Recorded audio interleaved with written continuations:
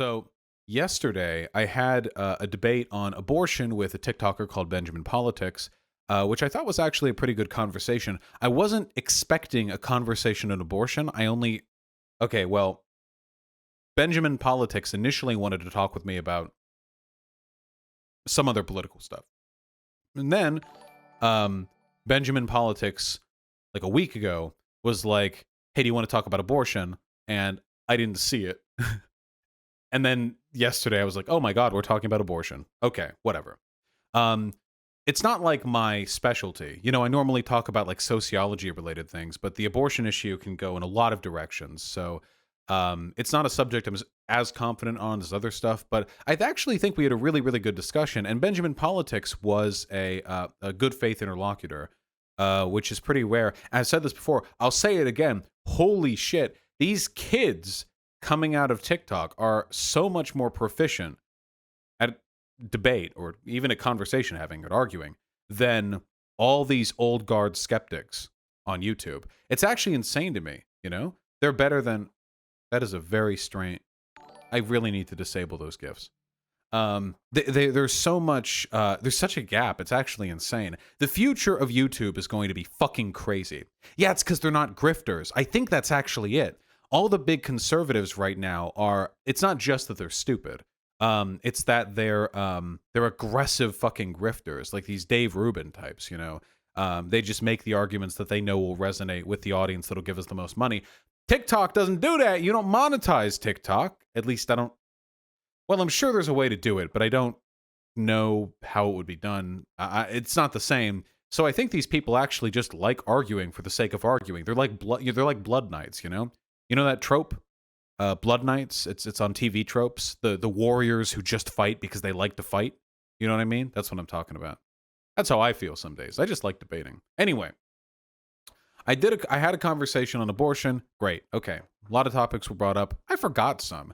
So I wanted to lay out really, really quickly the abortion argument and why I'm pro-choice. So first off, okay, what is abortion? Well, right now in America, generally the window for which an abortion is legal is up until the beginning of the third trimester. And what that means is that there is a certain level of sort of fetus development during which we are comfortable as a society allowing for the termination of that life. It is a life. This phrase, life begins at conception, no shit. Of course life begins at conception. The question isn't, is it life? The question is, does it deserve the right to life? A. And B, if it does that right supersede the right to bodily autonomy of the host? Those are the two fundamental questions. Now, you can also have a higher level social argument, like what are the social impacts of abortion? To which the answer is legalizing abortion makes society better. Because if you don't, people who don't want to have children will have children.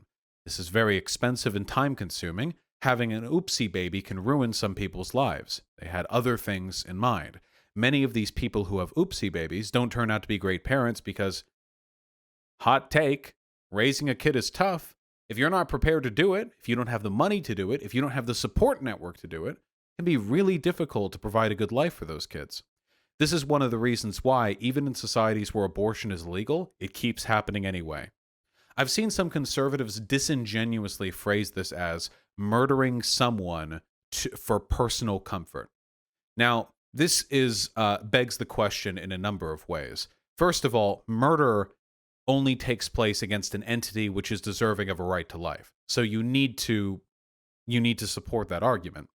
And secondly, the idea that not wanting to have your body be a host for 9 months before taking care of something for 18 years is just a comfort issue is ridiculous to me. Having a child can be one of the greatest imaginable impositions on your life in every conceivable way. It's just, it's so overwhelming. If we were all immortal deific beings, if we could all live for eternity, maybe it would be more of a convenience issue. because time out of our, out of our lives is just grains of sand on a beach. But as it stands, that is not the life we live. To raise an unwanted child and to give birth to an unwanted child is a tremendous burden. So, first, personhood. This is a philosophical question. There's no right or wrong answer. In practice, this side of the argument should almost never actually be discussed when it comes to making policy decisions or trying to change people's minds. Listen, if you're arguing with somebody who believes that abortion is murder, you will never, ever, ever, ever, ever, ever get them to change their minds on that issue. You will never, ever happen. You will never do it. It's why I don't like arguing about abortion in many cases, because the subjects I find interesting to discuss are rhetorically worthless. You will never do. There is no argument philosophically you can present to some mother from Kentucky about how actually a fetus is not deserving of the right to life. It can't happen. However, in your own head, if you would like to, the idea to me that personhood, that is to say, the right to life, begins at conception is very strange. Conception, that is to say, the sperm cell meets the egg, conception does not immediately transcribe genetic information, which is equal to that the born child will eventually be. If it's the DNA of a creature, of a human, that determines its right to life, then it takes time for that process to complete. It's not it's not like an absolute immediate transcription of information.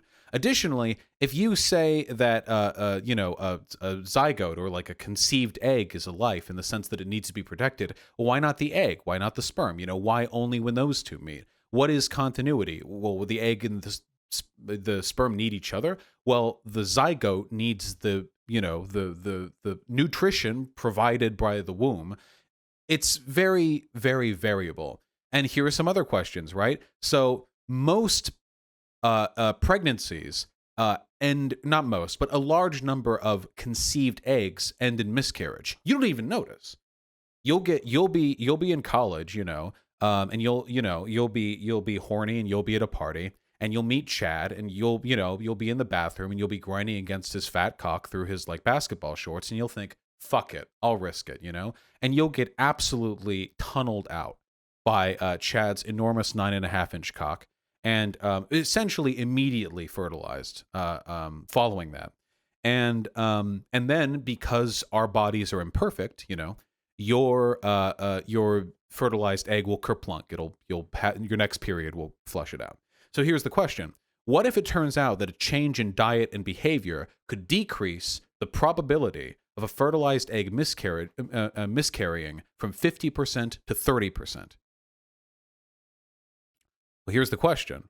Would that mean a decision to live your life in a way that doesn't decrease that probability would be negligent murder anytime you have a miscarriage?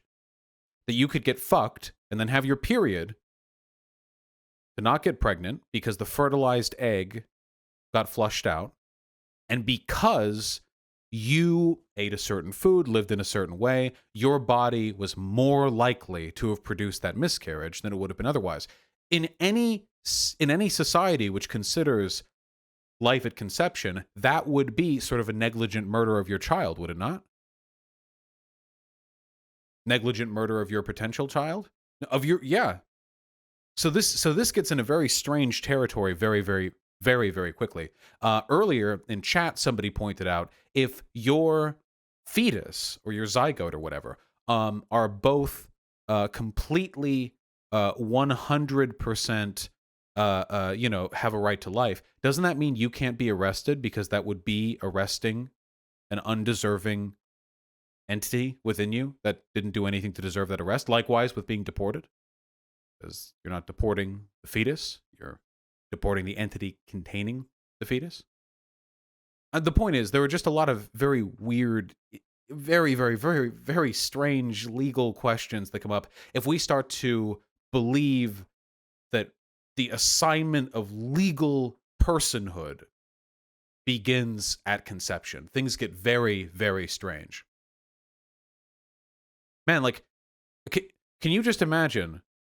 It doesn't even have to be at a moment of conception. Can you imagine you've been pregnant for a few weeks or for a few months, um, and you're anorexic or you have bulimia, you have some kind of eating disorder, and through that disorder, you're unable to provide the nutrients. Sorry, hyena. You're unable to provide the nutrients to your fetus, and you have a miscarriage. The fetus dies. Can you imagine the state arresting you for that? Barging into your house? You had a miscarriage, did you not? You murdered a child. It would be murdering a child. Through your negligence, it would be identical to having a birthed child starve to death because you do not feed them. There are just a lot of really wacky ways you can go on this. Now, there's no hard line on this specifically. For example, I could understand an argument that if you are going to have a child, but you drink a fuck ton and you end up having like the child has fetal alcohol syndrome, I can understand arguments, some kind of penalization for people who, through great negligence to a child who is to be birthed, they suffer harm or damage. But in that case, it's not so much about harm done to the fetus, it's about harm done to the child when they are born and when they are assigned those legal rights. Anyway, I hope that all makes sense. If you move past the personhood argument and speak pragmatically, you have to recognize that the idea of assigning personhood in a legal sense at conception is just not it just doesn't work. And here, I'll give you the ultimate example. The greatest right we have, the greatest right as individuals we have, is bodily autonomy. It's one of our greatest rights. You have to commit a crime, the state, or be committed for the state to take it from you. And even after you've committed a crime, you have a great deal of rights when it comes to your bodily autonomy. In most American prisons, those rights will be ignored, but those rights exist nonetheless. They are there, at least conceptually. They are there in the books. Let me ask you something. Imagine you, imagine that you go to the hospital. You want to have something looked at, nothing much, and you have to be put under during that time. And when you wake up, you see that you are fed to an IV drip machine. You ask, you say, well, while you were here, we noticed there were a few folks who had a car accident, and they needed blood and nutrients, and, well, you were around and you're healthy, so, right, then, you'll be here for a few months, while we sort that out. And, by the way, that'll be $15,000.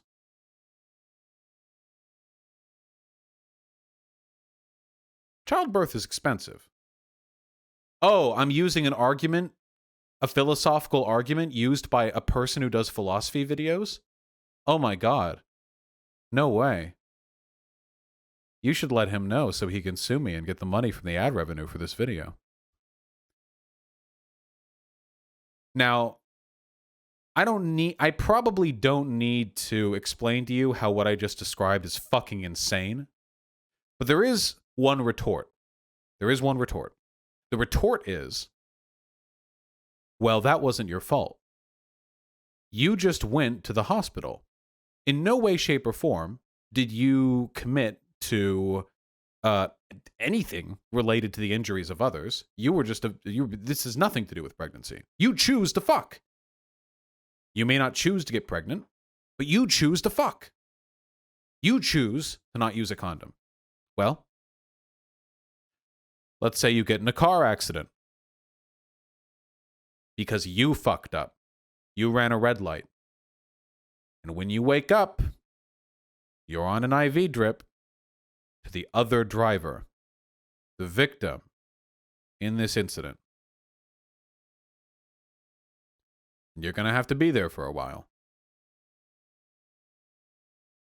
Now, In this case, it is your fault that both of you are in this position.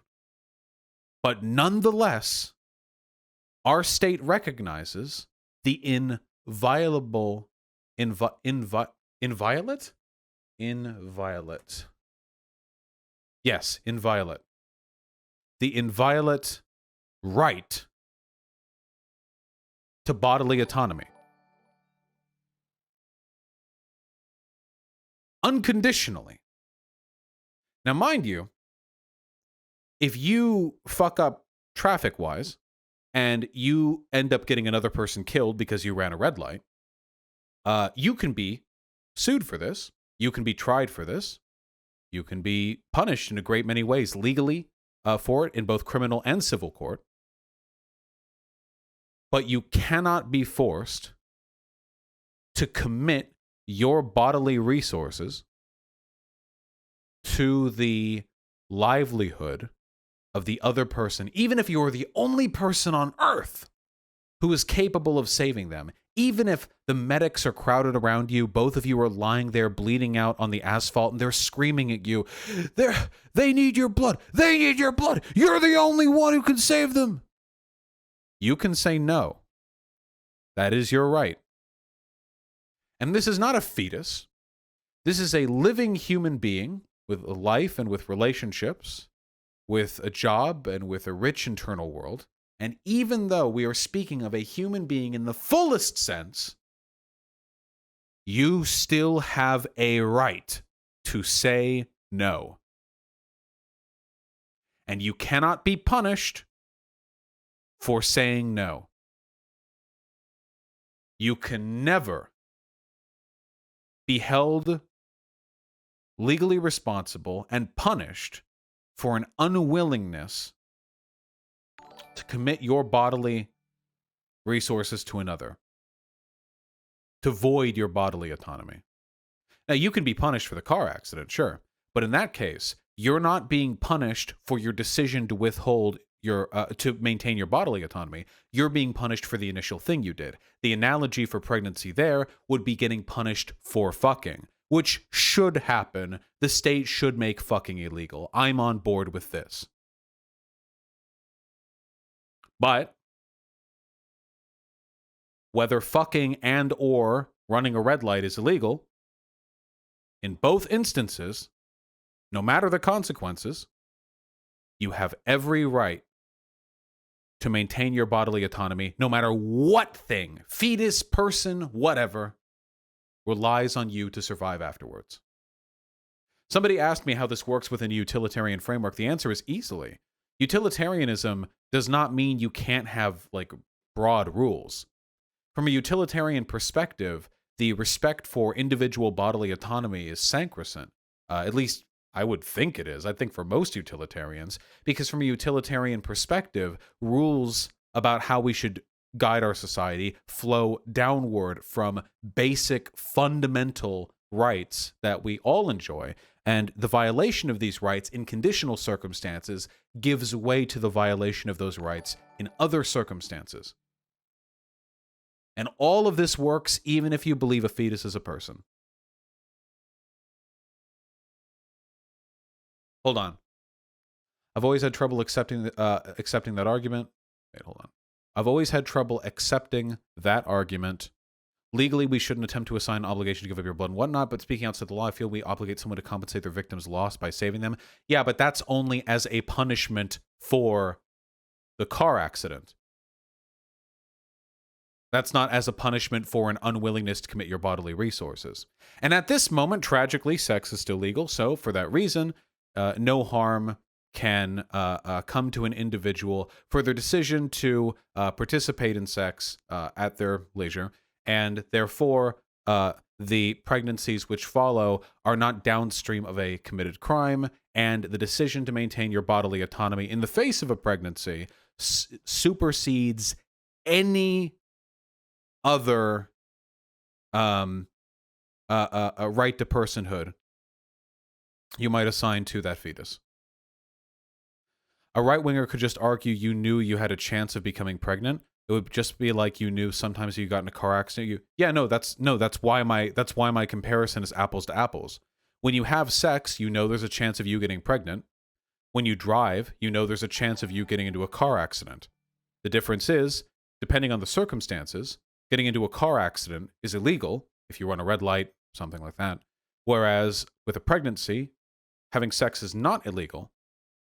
And in both cases, you cannot punish an individual for maintaining their bodily autonomy. Otherwise, you don't really have bodily autonomy. If the state can force you to give up a fundamental right, it's not really a fundamental right.